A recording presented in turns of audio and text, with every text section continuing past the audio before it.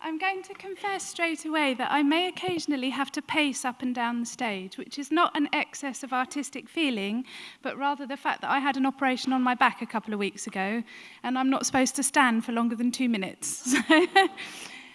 I wrote a book called The Essex Serpent, and it is a book about friendship. And so my talk today is entitled On Friendship.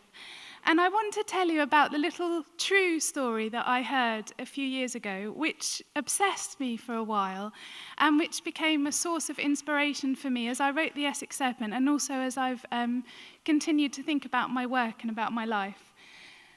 In 2013, I was writer-in-residence at Gladstone's Library. Gladstone's Library is not nearly as well known as it should be. It's a beautiful sandstone Gothic library in Flintshire in North Wales. And it was built to house the personal collection of William Ewart Gladstone, the great Victorian statesman, the great liberal, who, not to get political, once said, and I quote from memory, but I think this is the right way around, liberalism is trust of the people tempered by prudence, conservatism is mistrust of the people tempered by fear. So his words are very prominent in my mind at the moment. He became Prime Minister 4 times, and as he lay dying, one thing that preoccupied him more than anything else was that his collection of 42,000 books would go unread. And he said to his friends and family, all my books will have no readers, and all these people will have no books. And in his dotage, he began to push his books in a wheelbarrow up a hill to a tin hut, which became known as the Tin Tabernacle. And when he died, the nation built this extraordinary library in his memory, and you can go there now and you can stay there and read and grow fat on Welsh cakes, which is what happened to me during my residence. I lived there for a month working on the edits of my debut novel and working on the first draft of The Essex Serpent, and I was not particularly happy.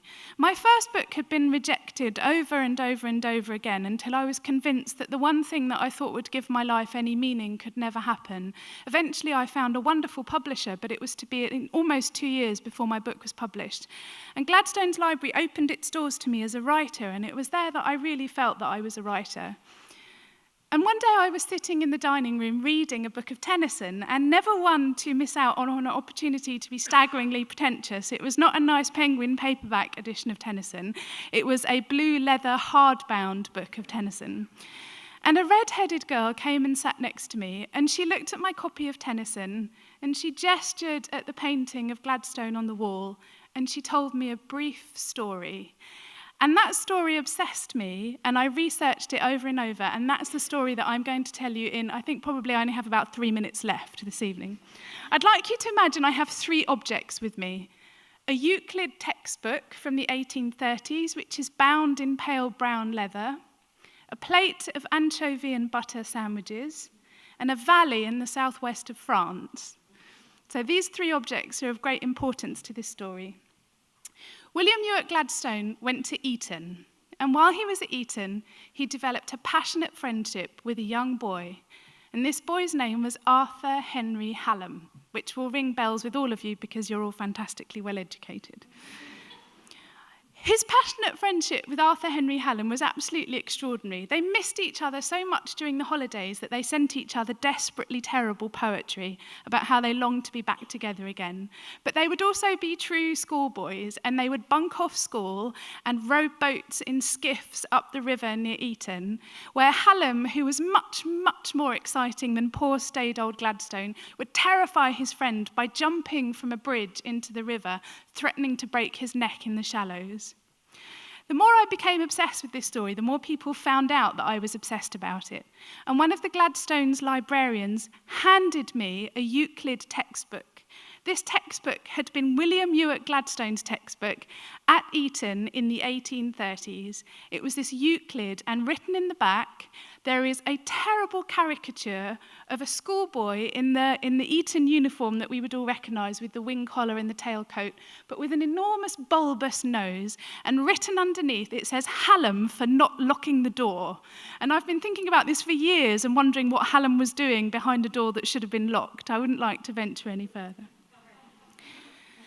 They were completely obsessed with each other in the way that I think friendship when you're very young can be, where you believe that all of your hopes and all of your futures are all wrapped up in this wonderful person who understands you in a way that nobody else ever can.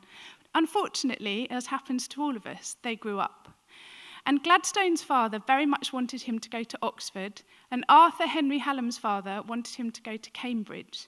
They were totally heartbroken to be separated, but I regret to tell you that Arthur's heartbreak did not last very long.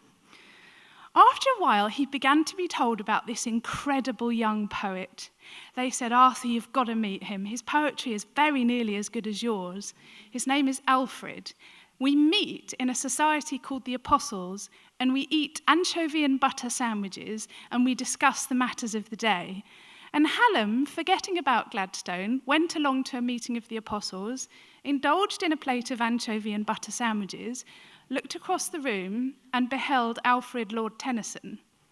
Tennyson at that time was incredibly short-sighted, but far too vain about his wonderful eyes to bother wearing glasses. He had very long eyelashes and huge limpid eyes and couldn't really see anything. And this had the incredible effect of making him very compelling, because his refusal to wear glasses would mean that he would have to come very close in order to see you. And he began to get a reputation for peering directly into your soul.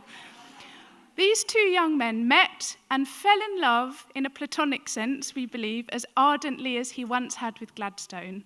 Poor Gladstone of Hallam's Eton days was completely forgotten. I wouldn't like you to think that these two poets were kind of fey and, boring and just sat around reciting things to each other. They got up to the most wonderful scrapes. For example, at one point they travelled over to Spain, taking supplies to guerrilla fighters who were fighting against the King of Spain at the time. At another point, they became marooned in a boat offshore in Italy because there'd been an outbreak of cholera and they couldn't go back onto the mainland, so they just had to occupy themselves on this boat for a while. After they graduated, Hallam's father did what all good fathers did at the time and took him for a great tour of Europe. He missed Tennyson terribly. They were great letter writers, and he was writing to him about all the wonderful things that he saw and their plans for the future. Meanwhile, Gladstone, of course, had been completely forgotten in favour of this glamorous young poet. They went out for a walk in Germany, and it began to rain. And because they were caught in the rain, Hallam and his father ended their walk a little sooner than they might otherwise have done. And Hallam said to his father that he was very tired and he went to lie down. His father sat writing in the same room, letters back to the family. And I like to imagine the scratch of the pen on the paper and the rain kind of coming in at the window as Hallam slept. But Hallam was sleeping forever because he'd had a blood clot to the brain and he never woke again. He was 23 years old. Tennyson and Gladstone were absolutely broken by this. Gladstone described Arthur Henry Hallam as having been the spirit of the age. Tennyson was awarded so much status in mourning that when Hallam was eventually buried in a country churchyard, he was allowed to travel in the family coach. 33 years after the death of Arthur Henry Hallam, Tennyson wrote the lyric poem In Memoriam. It's one of the greatest achievements of the English language. It doesn't just deal with friendship and loss, it also deals with faith. Because what Tennyson felt was that if God had created something so perfect, so benevolent, so beautiful, so gifted and so good as Hallam, and struck him down at 23 before he could make any changes in the world, what use was it to have faith? Where was God? And one of the things we forget is that one of the great lines about love in the English language is not about monogamous, romantic, sexual love. It's about friendship. And that line is, "'Tis better to have loved and lost than never to have loved at all." In later years, Gladstone began to get a bit cross.